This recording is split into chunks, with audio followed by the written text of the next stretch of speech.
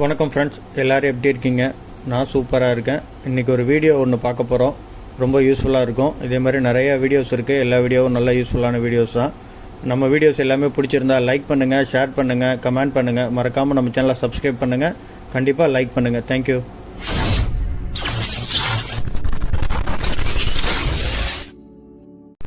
இது வந்து பார்த்தீங்கன்னா Panasonic outdoor board, indoor board. Indoor ஓடிக்கிட்டு இருக்கு. இப்போ யூனிட் ஓடிக்கிட்டு இருக்கு. இண்டோர் ஃபேன் மோட்ரு பாருங்க. கம்ப்ரஸரு 1 amps போகுது இப்போதைக்கு. 2.3 ஃபுல்லாக ப்ரெஷர் இதாகுது. அவுட்புட்ஸ் எல்லாமே கரெக்டாக வருது. இதில் ஆல்ரெடி என்ன ப்ராப்ளம் அப்படின்னு பார்த்தீங்கன்னா, இங்கே பாருங்கள், இதுதான் அந்த பவர் ஐசி. இது வந்து STRV 152 அந்த மாடல் ஐசி. இது STRV 152 மாடல் ஐசி. இது வந்து ஃபெயிலியர் ஆயிடுச்சு பவர் ஐசி. என்கிட்ட STRல வேறு மாடல் தான் இருக்குது. இந்த ஐசி என்கிட்ட இல்லை. அதுக்காக பார்த்தீங்கன்னா இது வந்து 5 to 24னு சொல்லுவாங்க. SMPSல ப்ராப்ளம். SMPS அந்த பவர் ஐசி ப்ராப்ளம். அந்த பவர் ஐசிக்கு பதிலாக பார்த்தீங்கன்னா நீங்கள் நார்மலாக செட் பண்ணிங்கன்னா இதில் வந்து வோல்டேஜ் வேரியஸ் வோல்டேஜ் வரும். பார்த்தீங்கன்னா இது வந்து 13 வோல்ட் இந்த இடத்துல, 15 வோல்ட் இந்த இடத்துல வரணும். அப்புறம் 5 வோல்ட்டு, 8 வோல்ட்டு, இங்கே பார்த்தீங்கன்னா 5 வோல்ட்டு வோல்டேஜ், மல்டிபிள் வோல்டேஜ் வரணும். ஒரே SMPSல மல்டிபிள் வோல்டேஜ் வரணும். அதனால் நிறைய லிங்க்ஸ் எடுத்திருப்பாங்க. நீங்கள் ஒன்றுத்துக்கும் தனியாக SMPS போடணுன்னா போட முடியாது. இல்லை வேறு SMPS இன்னொரு SMPS போடுறதுனால நீங்கள் 12 வோல்ட்டு எல்லாத்தையும் பிரித்து கொடுக்கணும். நிறைய வேலை எடுக்கும். அதுக்கு பதிலாக பார்த்தீங்கன்னா இந்த இருக்குது பாருங்கள். இது ரொம்ப சிம்பிளாக இருக்கும். இதோட ஐசி வந்து பார்த்தீங்கன்னா இது வந்து போடுது. இப்போ இதை தான் நம்ம கனெக்ட் பண்ணியிருக்கோம். இது கொடுக்கும்போது பார்த்தீங்கன்னா இதுலேயே இருக்க டிரான்ஸ்ஃபார்மருக்கு எவ்வளோ வோல்டேஜ் தனித்தனியாக பிரித்து வேணுமோ அதுவே பிரித்து கொடுத்துக்கும் எல்லாத்துக்கும். இது எப்படி கனெக்ட் பண்ணுறது அப்படிங்கிறத பற்றி தான் இன்றைக்கி நான் உங்களுக்கு கிளியராக சொல்ல போகிறேன். கொஞ்சம் வீடியோவை ஸ்கிப் பண்ணாமல் பாருங்கள், அப்போ தான் புரியும் இது கரெக்டாக. பாருங்கள், கம்ப்ரஸர் கரெக்டாக ஓடிக்கிட்டு இருக்கு. நல்லா லோடு எடுக்குது. எல்லாமே பர்ஃபெக்டாக இருக்குது. இப்போ நான் ஆஃப் பண்ணிடுறேன். ஆஃப் பண்ணிட்டேன் பாருங்கள். ஆனால் ஆஃப் ஆகிடுச்சு. எல்லாமே டோட்டலாக ஆஃப் ஆகிடுச்சு. இப்போ நான் ஆஃப் பண்ணிவிட்டு இதை நான் எக்ஸ்பிளைன் பண்ணிட்டு திருப்பி உங்களுக்கு நான் வந்து இது பண்ணுறேன். இப்போ வந்து பார்த்தீங்கன்னா இதுதான் நம்ம யூஸ் பண்ணுற மாடியூல். இதுக்கு வந்து பார்த்தீங்கன்னா இது பாக்ஸில் இந்த இது வந்து பார்த்தீங்கன்னா இந்த இருக்குது பாருங்கள், 5 to 24. இது சைனா தான், மேட் இன் சைனா. 5 to 24 மாடியூல்னு சொல்லுவோம். பார்த்தீங்கன்னா டிவிடி பிளேயரு எல்லா SMPSக்கு யூஸ் பண்ணலாம். மோஸ்ட்லி இந்த டிவிடி எல்இடி டிவி இதுக்கெலாம் யூஸ் பண்ணுறாங்க SMPSக்கு. இது நம்ம ஆல்ட்ரு பண்ணி இதுக்கும் யூஸ் பண்ணலாம் அப்படின்ட்டு யூஸ் பண்ணிக்கிட்டு இருக்கோம். இப்போ பார்த்தீங்கன்னா இது ஆக்சுவலாக பர்பஸ் என்னன்னு பார்த்தீங்கன்னா, இதில் வந்து ஒரு இன்புட் இருக்கும். இங்கே பாருங்கள், நெகட்டிவ் பாசிட்டிவ் 300 வோல்ட் இன்புட். அதாவது 300னா நமக்கு வந்து DC வோல்டேஜ் ரெக்டிஃபை பண்ணி வர DC வோல்டேஜ் இதில் இன்புட் கொடுத்துட்டிங்கன்னா அவுட்புட் வந்து இதில் வந்து 12 வோல்ட்னா 5 to 24, 5 வோல்ட்லேருந்து 24 வோல்ட் வரைக்கும் அட்ஜஸ்டபிள். இதை நீங்கள் வந்து அட்ஜஸ்ட் பண்ண இந்த ப்ரீசெட் அட்ஜஸ்ட் பண்ண இதில் பாருங்கள். சாரி, கொஞ்சம் கிளியராக இல்லை. இப்போ பாருங்கள், இந்த ப்ரீசெட்டை நீங்கள் அட்ஜஸ்ட் பண்ண பார்த்தீங்கன்னா 5லேருந்து வோல்டேஜ் வந்து மாறிக்கிட்டே இருக்கும். பாருங்கள், அதுக்கான இதுதான் போட்டிருக்காங்க. சர்க்கியூட்ஸ் எல்லாமே இருக்கும் 5லேருந்து. ஆனால் ஆம்ஸ் ரொம்ப கம்மியாக இருக்கும். அதனால் நம்ம இதை டேரெக்டாக யூஸ் பண்ண முடியாது. இன்னொன்று ஒரு வோல்டேஜ் தான் வரும் இதுலேருந்து. 5லேருந்து 24 அட்ஜஸ்டபிள் ஒரே ஒரு வோல்டேஜ் மட்டும் தான் எடுக்க முடியும். இப்போ நம்ம இதை வந்து பார்த்தீங்கன்னா இந்த யூனிவர்சல் ஐசி மாதிரி யூஸ் பண்ணிக்கலாம். இது பார்த்தீங்கன்னா இதில் உள்ள இந்த பவர் ஐசியை வந்து பார்த்தீங்கன்னா யூனிவர்சலாக எல்லாத்துக்குமே யூஸ் பண்ணிக்கலாம். அது எப்படி யூஸ் பண்ணுறதுன்னு பார்த்தீங்கன்னா இதில் பாருங்கள், நெகட்டிவ் பாயிண்ட்டு இந்த போர்டில் வந்து நெகட்டிவ் ஒரு இது இருக்கும், ட்ரெயின்னு சொல்லுவோம். இங்கே பாருங்கள், இது வந்து நெகட்டிவ். இது வந்து இங்கே வர்ற சப்ளையில் வர்ற நெகட்டிவ் 300 வோல்ட் நெகட்டிவ் பாயிண்ட் கொடுத்துடணும். எங்கே வருதுன்னு பார்த்தீங்கன்னா அதிலே தெரிஞ்சிடும் உங்களுக்கு. 300 வோல்ட் நெகட்டிவ் பாயிண்ட்டு. இது வந்து பாசிட்டிவ். இது 300 வோல்ட்டோட பாசிட்டிவ். இது பாசிட்டிவ்னா டேரெக்டாக 300 வோல்ட்டில் கொடுக்கக்கூடாது. இந்த காயில் பார்த்தீங்கன்னா பிரைமரி காயிலில் அவுட் ஆகிற இடத்துல கொடுக்கணும். டேரெக்டாக 300 வோல்ட் பிரைமரி காயிலில் இன் ஆகிருக்கும். இங்கே பாருங்கள், இதுலேருந்து வந்து இன் ஆகிட்டு இந்த காயிலில் அவுட் ஆகும். இந்த காயிலில் கொடுக்கணும். இப்போ காட்டுறேன் பாருங்கள். பிரைமரி காயில் டேரெக்டாக இதுதான் வந்து இன்புட் AC வோல்டேஜ். இங்கேருந்து DCயாக கன்வெர்ட் ஆகி வந்து இதுக்கு வந்துடும். DCயாக கன்வெர்ட் ஆகி இங்கேருந்து வந்து இதில் வந்து அவுட் ஆகிருக்கும்.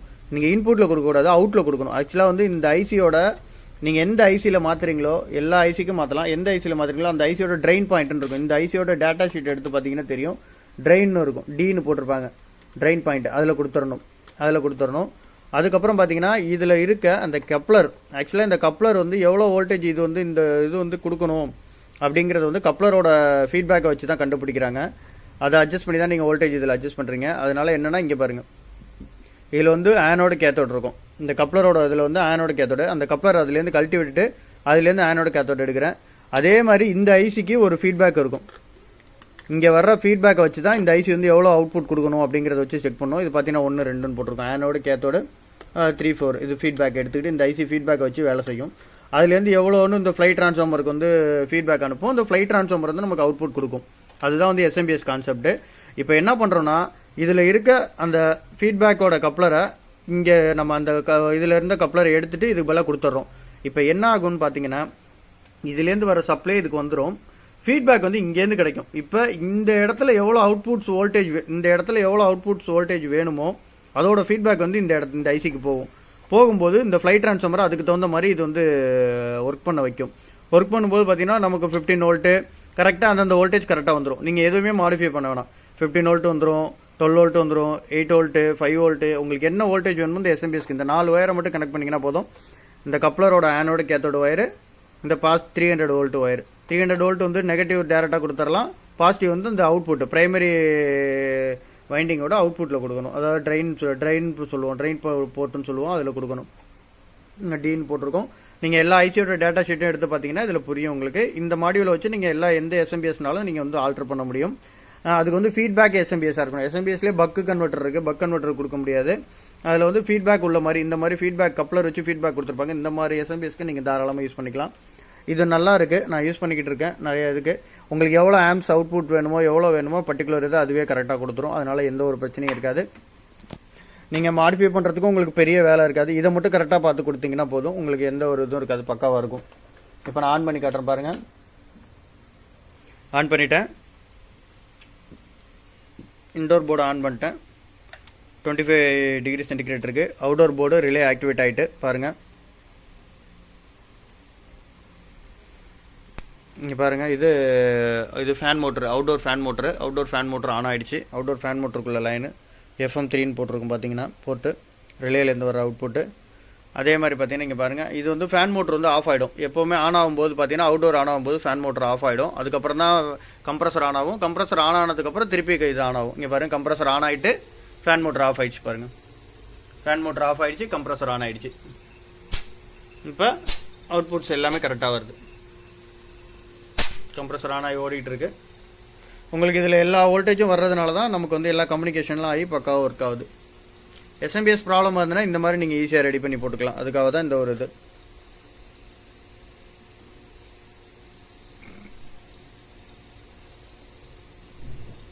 மோஸ்ட்லி இந்த கப்ளர் ஃபீட்பேக் எஸ்எம்பிஎஸ் தான் போட்டிருப்பாங்க. அதனால நீங்கள் இதை கூட ஆல்டர் பண்ணி நீங்கள் இதை வச்சு கூட ஈஸியாக ரன் பண்ணிக்கலாம். பவர் ஐசி கிடைக்கலங்கிற பட்சத்தில், பவர் ஐசி கிடச்சதுன்னா நீங்கள் ஒரிஜினல் ஐசியே போட்டு கூட நீங்கள் இது பண்ணிக்கலாம். ஆனால் அந்த டிரான்ஸ்ஃபார்மர் ஃப்ளைட் ட்ரான்ஸ்ஃபார்மர் ஃபெயிலியர்னா எதுவுமே பண்ண முடியாது. நீங்கள் டோட்டலாக எஸ்எம்பிஎஸ் மாற்றி தான் ஆகணும், வேறு எஸ்எம்பிஎஸ் வச்சாகணும், ஆல்டர் பண்ணி தான் ஆகணும். அந்த டிரான்ஸ்ஃபார்மர் நல்லா இருந்து பவர் ஐசி மட்டும் போயிருந்ததுன்னா இதை போட்டு நீங்கள் ஈஸியாக ரன் பண்ணிக்கலாம். பாருங்க, கம்ப்ரஸர் நல்லா ஓடுது, கொஞ்சம் கொஞ்சமாக பிக்கப் ஆகுது.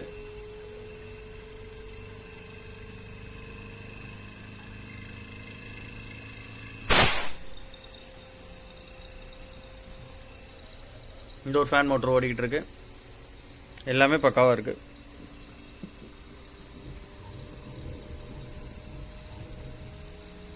ஆல்ரெடி இந்த போர்டை எப்படி செக் பண்ணுறது, இந்த போர்டில் கம்யூனிகேஷன் ப்ராப்ளம் வந்தால் எப்படி பார்க்குறது, அதுமாரி இதை டைரக்ட் ஸ்டார்ட் எப்படி பண்ணுறது, இந்த போர்டை பண்ணுறதுன்னு ஆல்ரெடி பேனாசோனிக்கில் நம்ம போட்டிருக்கோம் வீடியோ. அந்த வீடியோவை பார்த்து கூட நீங்கள் தெரிஞ்சுக்கோங்க.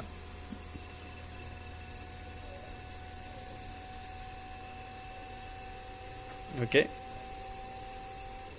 ஆஃப் பண்ணிட்டேன். ஆஃப் ஆகிடுச்சு டோட்டலாக. பாருங்கள், அவுட்டோர் ஆஃப் ஆகிடுச்சு. Okay, thank you friends. இப்போ வந்து பார்த்தீங்கன்னா கொடுத்தாச்சு லைனு. இது வந்து ட்ரெயின் பின்னு, நான் சொன்ன மாதிரி ட்ரெயின். சரி, இது வந்து ட்ரெயின், இது வந்து நெகட்டிவ். இது வந்து இங்கேருந்து இந்த கெப்பாசிட்டிலேருந்து ஒரு negative train pin.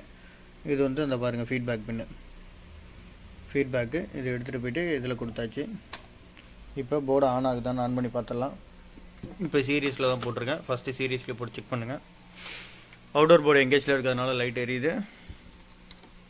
Board on ஆகிடுச்சு. இங்கே பாருங்கள்,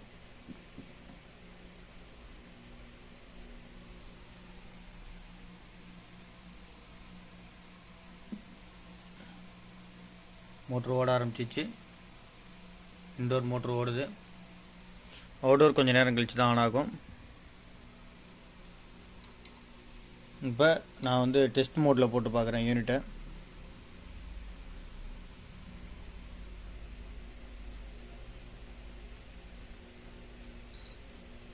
டெஸ்ட் மோட் ஆன் ஆகிடுச்சு. இன்டோர் ஃபேன் மோட்ரு ஓட ஆரம்பிச்சிச்சு. கம்ப்ரஸர் ஸ்டார்ட் ஆகிடுச்சு.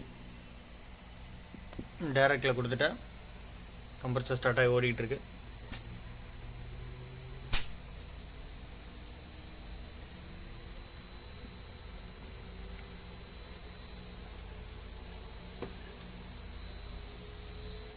அவுடோர் ஃபேன் மோட்டர் கனெக்ட் பண்ணல.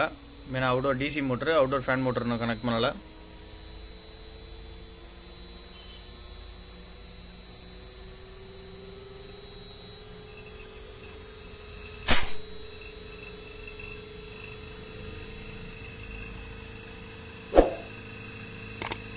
நல்லா இருக்கு.